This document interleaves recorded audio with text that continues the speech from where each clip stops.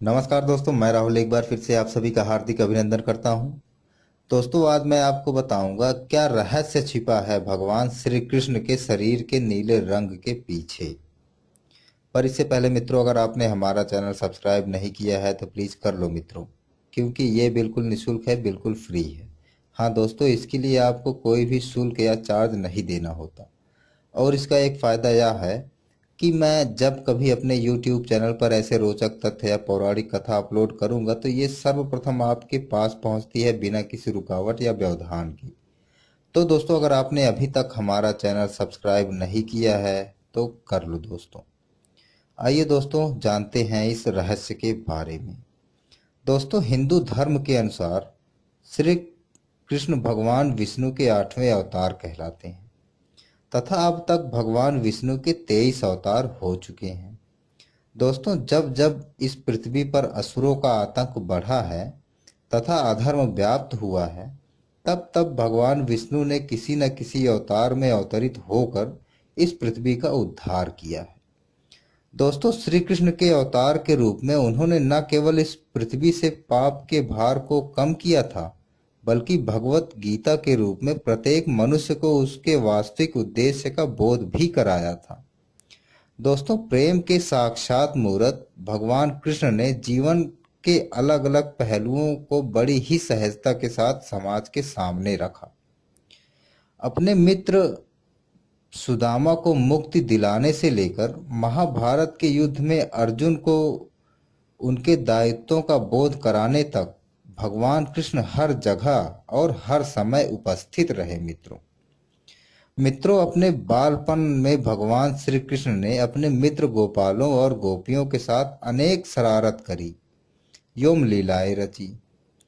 खेल खेल में हमेशा गोपियां भगवान श्री कृष्ण को उनके नीले रंग के कारण चिढ़ाती थी, जिससे नाराज होकर वह माता यशोदा से उनकी शिकायत करते थे। परंतु क्या आप जानते हैं भगवान श्री कृष्ण को नीला रंग कैसे प्राप्त हुआ और क्यों उन्हें उनकी मूर्ति एवं तस्वीरों में नीले रंग के शरीर के साथ दिखाया जाता है? दोस्तों, पौराणिक कथाओं के अनुसार श्री कृष्ण के नीले रंग को प्राप्त करने के पीछे यह कहा जाता है कि भगवान श्री विष्णु ने पृथ्वी में अवतरित होने से पूर्व देवकी के गर्भ में दो बाल निरूपित किए थे, जिसमें एक बाल का रंग नीला तथा दूसरे बाल का रंग सफेद था। दोनों ही बाल माया के प्रभाव से चमत्कारिक रूप से रोहिणी के गर्भ में स्थापित हो गए। दोस्तों, सफेद बाल से बलराम का जन्म हुआ तथा नीले बाल से श्याम वर्ण के भगवान श्री कृष्ण का जन्म हुआ। दोस्तों, शास्त्रों के अनुसार श्री कृष्ण के नीले रंग के पीछे यह भी मान्यता है कि प्रकृति के द्वारा अधिकतर रचना नीले रंग की ही है, जैसे सागर हो गया, आकाश हो गया। वह इन सभी में धैर्य, साहस, समर्पण, त्याग और सहनशीलता जैसी भावनाएं देखी जा सकती हैं। दोस्तों, भगवान श्री कृष्ण भी इन सर्व गुणों से संपन्न, शांत और सहज स्वभाव के थे। ब्रह्म संहिता में भगवान श्री कृष्ण को नीले बादलों के समान छमछमाते हुए कहा गया है। दोस्तों, वहीं अन्य मान्यताओं के अनुसार भगवान श्री कृष्ण का नीला रंग उनके मामा कंस द्वारा भेजी गई राक्षसी पूतना के विषपान से हुआ था।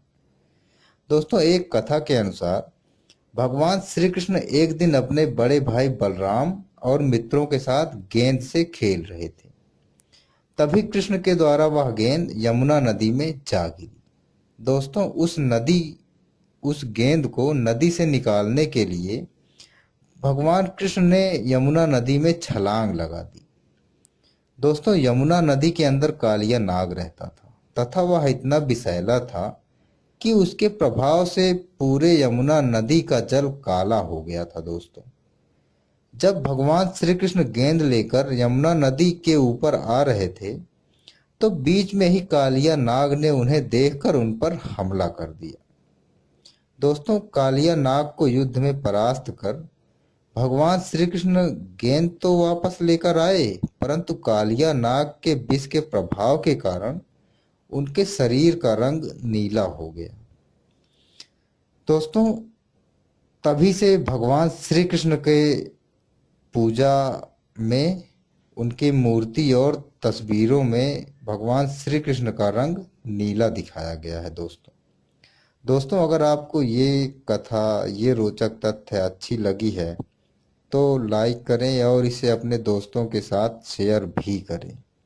और अभी तक अगर आपने हमारा चैनल सब्सक्राइब नहीं किया है तो प्लीज़ कर लें मित्रों। इसी के साथ मैं राहुल आपसे विदा लेता हूँ। नमस्कार।